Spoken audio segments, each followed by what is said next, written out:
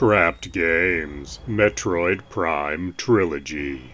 Originally released for the Wii in August of 2009, this is a collection of Metroid Prime 1, 2, and 3. Metroid Prime 1 and 2 were given slight graphical improvements, as well as motion controls, as they both started life as GameCube games.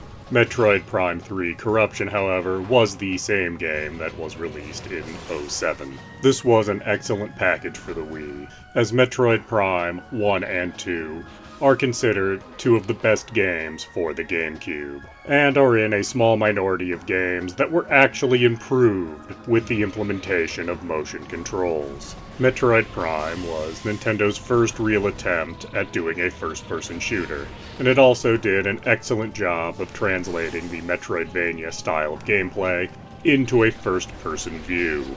Metroid Prime 2 was largely more of the same, but it added a light and dark world mechanic, last seen in Legend of Zelda: Link to the Past.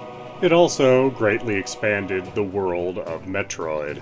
For the first time ever, we got to see people other than Samus in the Metroid world. We actually see what a military operation in this universe looks like, and what their equipment might be like.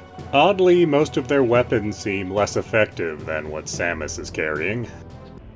And of course, Metroid Prime 3 Corruption is included in this package. Like Metroid Prime 2, it does a lot to expand the universe of Metroid, but it was also a fairly early Wii game, so it goes really nutty with the motion controls. The whole intro section is bogged down in you doing little gimmicks and gestures with the Wiimote, and while I understand how novel and interesting this would have been back in 2007, it's a real drag now.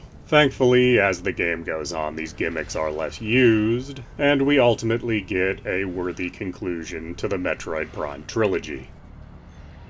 Now, obviously, this was a collection released for the Wii, and finding a physical copy for the Wii is quite difficult now, and expensive. The Metroid Prime trilogy was released digitally for the Wii U. It was not enhanced in any way, it was literally just a digital version of the Wii disc. And the Wii U shop is closed anyway, so it's kind of a moot point. So it is very much time for these games to become available on the Nintendo Switch.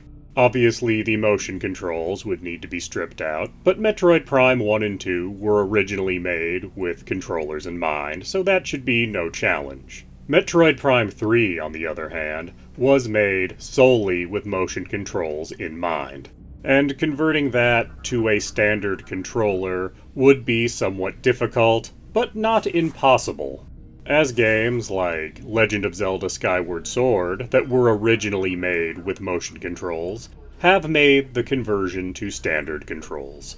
So something similar could certainly be done here. Weirdly, release of the Metroid Prime trilogy on Switch has been hinted at repeatedly, with the last batch of rumors claiming it would be released in November of 2022. But November came and went, and there still is no Metroid Prime trilogy on Switch.